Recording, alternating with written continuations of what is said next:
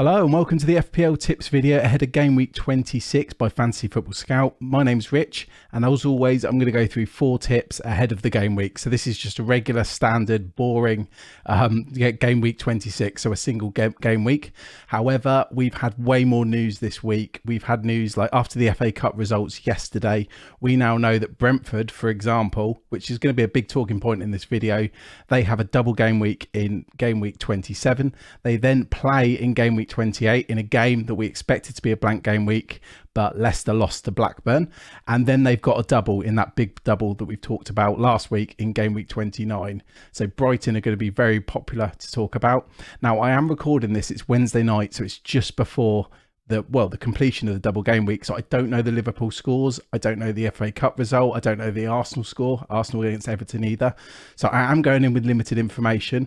I also know in a few hours time after this video comes out, we're going to have the excellent Praz and Andy with burning questions as well, so I'm sure they're going to focus heavily on chip strategy. So as always, I'm going to try and do it bite size, I'm going to be concise and quick, try and concentrate as much as possible on game week 26, but obviously there's a lot more going on as news develops this week. So the tips for this week, we're going to look at Toney and what's going on, and I think that's going to lead into a bit of discussion about the suspension tightrope. So something we talked about a lot in previous weeks. We haven't had to for a while, but some players including Toney are getting close to that tightrope again, so I think it's important just to touch base with that. We're going to do a quick update on the fixtures. Then we're going to look at the best Brentford and Brighton assets for the coming game weeks. And we're going to look, because this is a game week 26 video, we're going to look at the game week 26 captaincy and who's best to captain. And if you enjoy these videos, don't forget to like and subscribe.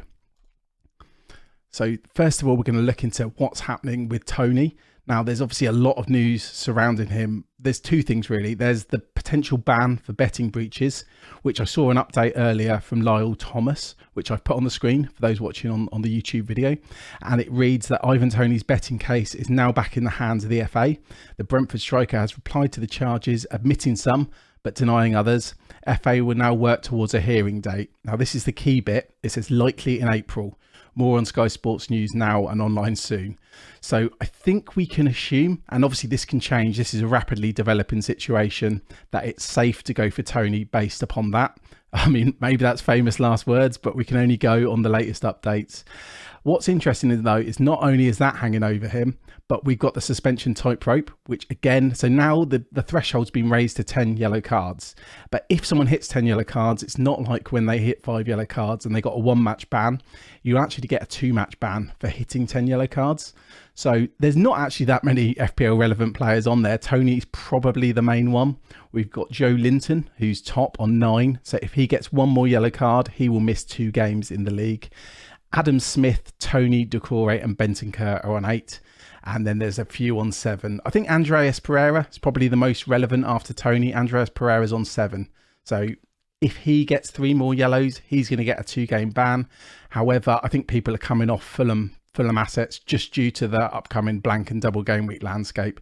So Toney, it is an interesting one because like we mentioned, it's a 2-game ban. Now, if he was to get a booking this week in game week 26 and then to get a booking in game week 27, he would miss 2 games. So in that particular scenario, he wouldn't have a double. He would have 3 singles, and there's all sorts of other variants as well. So I think you've got to be aware of Toney. I think what's interesting with him is there's a lot of assets we could look at with doubles to move off of, if we needed to, if the very, very worst happened. So there's players like Ollie Watkins coming onto the radar. We've got players like Yao Felix as well. Even Solanke, Bournemouth have a nice double. So I think there's good exit routes for Toney. So I think he's pretty much essential, but we will get on to Brentford very, very shortly. What I wanted to do now, so the tip there is basically I wouldn't be too scared about Toney, but obviously there's a lot hanging over him, but I think the goods outweigh the cons. So I wanted to go into just a bit of a fixture update. Now, the brilliant Lego Mane I've put on screen. I've actually cropped it just so we've got game week 26 through to game week 30. Like I say, I am recording this Wednesday night before the FA Cup games have concluded. So we're going to have a lot more information. You're going to have a lot more information this morning throughout the day and ahead of the game week deadline, about the ongoing weeks, what's going to happen with blanks and doubles, because some really good predictions can be made based on those results. I think what's key here is we look at the teams that blank in game week 28. Now, Leicester and Brentford are now not blanking. They will be playing each other after that result, which we touched on already. So the only blanks now so far are Man City, Liverpool, Man United, West Ham, Brighton and Fulham. So that's, like I said with Andreas Pereira just now, that's why my people might be looking, to come off of them. And there's a few teams that have a fixture in game week 28 and then have a double as well. So that's going to be teams like Chelsea. We've got Leicester themselves, although there are, we don't know what's going on with Maddison. Newcastle. So a lot of us have sold. I mean, I sold Trippier. People have sold players like Botman. They're going to be very useful. And that's probably why a lot of people are looking at wildcards either this week or next. We've already mentioned Brentford, and we're going to talk about them in a bit. And Aston Villa, another little cheeky one there. And we've got Leeds as well, and Bournemouth and Forest. So there's a few teams that don't blank in 28, or shouldn't blank in 28, and then double in 29. So I think that's opened up the whole world of why people are looking at wildcards. I've got a decision to make myself. Do I free hit? Because I'm either going to have to free hit or I'm going to have to wildcard. My free hit would be in 28. So I'm trying to work out which is more valuable. If I use one, can I save the other? Like I said, Burning Questions is coming later today, and we had a good bit of fun on Fantasy Football Scout on the Scoutcast on Monday night as well. So just a little update on that. I'm sure any engaged manager is aware of this, and it's going to keep developing, but keep your eyes peeled on this. Now, what I wanted to do is I wanted to talk about Brentford and Brighton. The reasons are, just because of those fixture updates, because they've got those doubles. Brighton have the blank in 28, so they're a little bit more tricky to manage. Maybe if you're free hitting in 28, that's absolutely perfect. Or if you can navigate away where you wildcard, bench the Brighton assets, then you could potentially go heavily on them as well. Because, Brighton have been incredible in recent weeks. They've been incredible for the last few seasons, to be fair, but they seem to have, stepped up a gear. So Brentford, though, they are perfect because they double, they don't blank, then they double. So what I wanted to look at is XGI. I've sorted all the players, relevant players by XGI, and I've highlighted the ones I want to talk about. Now, there are actually quite a few. So Toney is clear top, XGI 14.5, nailed 90-minute man on penalties. Just behind him, or not just behind, a long way behind, we've then got McAllister, 7.3 XGI. He seems to be a 90-minute man. He's on penalties. I've seen people saying he played yesterday in the Cup a little bit deeper because we were getting excited he was playing in this number 10 role. But I think crucially, we think he's on penalties. So I think, as far as Brighton midfielders go, I think he's my clear choice. However, for my team, he is 0.1 more than the player we're going to talk about in a minute, Matoma, who is also, been a very popular asset and done very, very well. So I think for me, McAllister would be my favourite attacking Brighton asset. And obviously Toney is, a standout one for Brighton. We've got Mbeumo next at 8.3 XGI. XG of 5.51. If Toney was to be banned, we saw Mbeumo take a penalty. So good asset. He's averaging about 70 minutes, that give or take. So he's not a 90-minute man like Toney, but he's one to keep an eye on for sure. And like I mentioned, if something happened with Toney, I said about going for assets like Watkins or Felix. Mbeumo could definitely be one as well. Solly March, we've then got at 9.11 XGI. Another good asset. He's cheaper than McAllister. He's cheaper than Matoma, 5.1. I don't think money's an issue, but I think he's a fine pick. But for me, he's my third favourite Brighton midfielder. I can't believe how many Brighton midfielders we're looking at. Despite this, it is incredible data there for Solly March. Matoma's down at 4.94 XGI. However, he's played 5 games less than March. He's much newer to the league.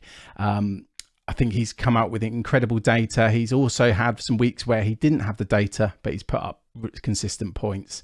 So I could see a world where, people go for 2 Brighton midfielders. For me, standouts would be McAllister and Matoma. But if you can only get to March, I don't mind it. Then we're going to look at the defenders. So they're obviously a lot lower. Ben Mee, he scored a fair few goals this season. I think he was the top scoring defender at one point. He may still well be. His XGI, though, 2.23, XG of 1.7. So he's definitely been overperforming on those set-piece goals. Ferguson's an interesting one, 4.6 million. Welbeck, if Welbeck was to get injured, I probably would look a bit more seriously at Ferguson, but I just don't feel like money's an issue. especially with a lot of people looking to wildcard either this week or next. Webster's next. I do like Webster in FPL. The problem is he's just come back from a fairly substantial injury. He's only played a couple of games, and I think he played about 70 minutes in the last 2 games when I was looking earlier. So he's not fully back. Would I trust him? When doubles are so important, I wouldn't. I'd much rather go for Estupiñán or Dunk. For me, there is some slight doubts over Estupiñán. I think he was subbed off. Some people have said it was just precautionary, but I felt like there's that very small rotation risk as well. So for me, despite his upside, I think I'd rather be boring. When we're relying on these players for doubles, you're not relying on blanks with Brighton, but you're relying on them for doubles. I think I'd go for the safety of Lewis Dunk, even though his attacking data is not as good, as we've seen in previous seasons. I mean, Dunk, for those listening, his XGI is 1.31 across 22 games. His XG is just 0.93. So we're really not seeing that attacking threat that we used to see. I know he used to be on like set pieces and things like that, but I think just for safety, I think I'd go for Dunk. But Estupiñán, if we get some positive news and you like to gamble a little bit, I'm not going to lie, it would be more fun. The final thing I wanted to look at was the game week 26 captaincy. Now, I think this is exciting now. We had so many videos where we were talking about Haaland. I mean, I know I was talking about Salah probably far too much, but we can actually have a little look at the captaincy this week. What I've got on screen is I've got the Rate My Team tool, so the projections for the week. Once again, we've not had the games tonight, so much could change. What's interesting here is Saka is just ahead of Haaland. 5.68 projected points for Saka and 5.67 for Haaland. Then you drop down a little bit to Odegaard at 5.46, who I personally wouldn't fancy captaining him. I like captaining penalty takers. He's ahead of a couple more penalty takers, Kane and Salah. But for me this week, and for the Rate My Team tool, more importantly, it's between Saka and Haaland. What sways it for me here, and I'm pretty confident that I'm going to go for Haaland despite him having a harder fixture. He's at home though. He's at home to Newcastle. Newcastle might have some kind of cup hangover, and the crucial thing is that Haaland missed or he was rested for the cup game yesterday against Bristol City. So for me, that swings it in the favour of Haaland. I think I would still go for him, but I mean, I can completely understand why people are going for Saka. And if last night, I don't know yet, if Saka's done well against Everton, maybe he's going to get a little bit of a bandwagon and himself stay above 100%. And we might see 2 assets going head to head, both on penalties, both fantastic assets, both 90-minute men going head to head at over 100% EO. But for me this week, I think I'm going to go for Haaland. It just feels like a bit of a transitional week, and maybe I'm thinking too much about chip strategies. I think a lot of us are going to be doing that, thinking, when we're going to play our wild card, when we're going to play all our chips, and maybe we'll let captaincy slide. So maybe there's a little bit of me not thinking about it enough. But right now, Haaland for me, I think I would go for it. I think I don't know what his minutes are projected on this, but I'd assume he's going to get close to 90 minutes, especially with there being no Champions League. So thanks a lot for joining me this week. It was a tricky one to record because obviously I'm mid-game week. For you, the game week has ended. And obviously the chip strategy is going to dominate conversations this week. So I'm going to hand over to Praz and Andy, who are live later today. Thanks for joining me. Don't forget to like and subscribe, and I'll see you next week.